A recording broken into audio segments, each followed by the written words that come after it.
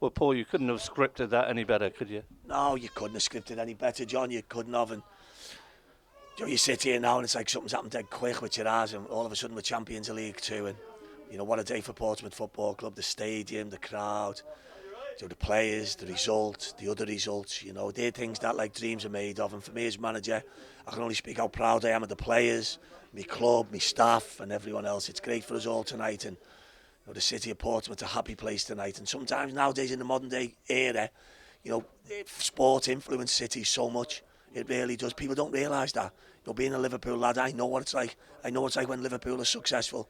People are happier, the pubs are busier. It's a knock-on effect, and I'm sure we'll see. We've found out how big our support is. I'm sure we'll see how much they party over the next couple of days. You always said it was a marathon. I don't think you expected the marathon even to go right to the wire. I'd always be quite all right, John. I'm not a manager who gets too high, too low. I back my players, I trust my players, and I've said all season, I don't mind saying now, there's only one league table that counts, and that's the last one. And no matter where you put a league table out on the telly tonight in the country, there's one team top of the league, and that's Portsmouth Football Club. And people can say what they want about this, that, referees, decisions, suspensions, anything else. We're champions of the league because we are the best team in the league. You really got them down after a flat first half, and you went for it in the second, and it just went from there, didn't it? Listen, the lads deserve absolutely, I think when people manage this club, Johnny, you're as good as your players, and playing for Portsmouth, you have to have a bit of character, and there's plenty of lads in our dressing room with character. We've had some low moments during the season without a doubt, and today when you wake up this morning, you have a dream that you hope how it goes like this. And I must pay massive respect to our chairman, Ian McInnes, to hear the supporters sing his name. There's so many people behind the chairman, but the chairman, like me, I take the stick, like the chairman, he leads the club.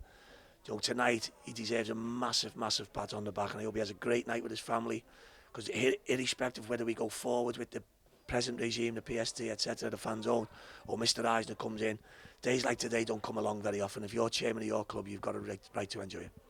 What are you going to most enjoy about that season? When did you think the pivotal moment came when you were going to go up? Most enjoy the fact that we're top and we don't play again. So no one can knock us off the top of that league, John. So wherever the trophy is, whether it's in Hartlepool or Grimsby, they need to get it down to Portsmouth as quick as they can, because we're going to enjoy it. We're going to enjoy it. So football's tough today for managers. You get so much criticism, your staff and your players and different stuff. But the start of a race, you start, and the finish, you finish. And I'm so proud of my club. Tonight to manage, when I got the job at the club, to leave Chesterfield was a massive, massive wrench for me.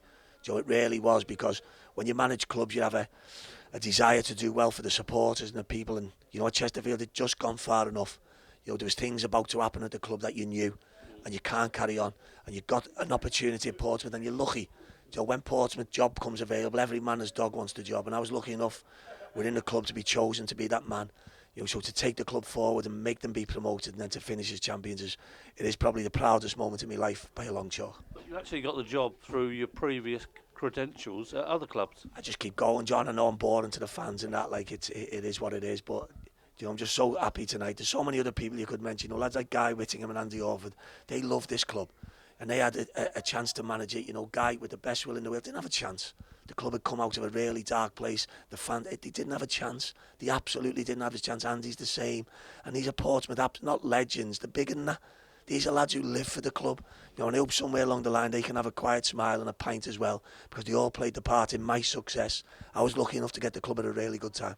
In February, you're so many points behind Doncaster, so many points behind Plymouth.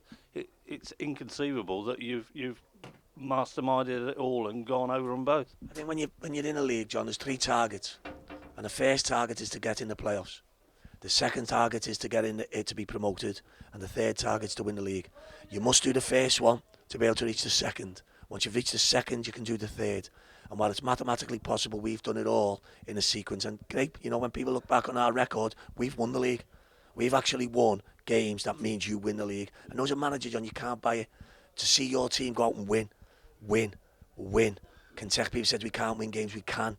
Unfortunately for Portsmouth, with everyone's biggest game in the calendar, and that's been something we've had to manage. And there's a reason we're the biggest game, because we're the biggest club. We're the biggest club by far in the league. And tonight, whether people like it or not, we're the best club in the league, and we're out the league.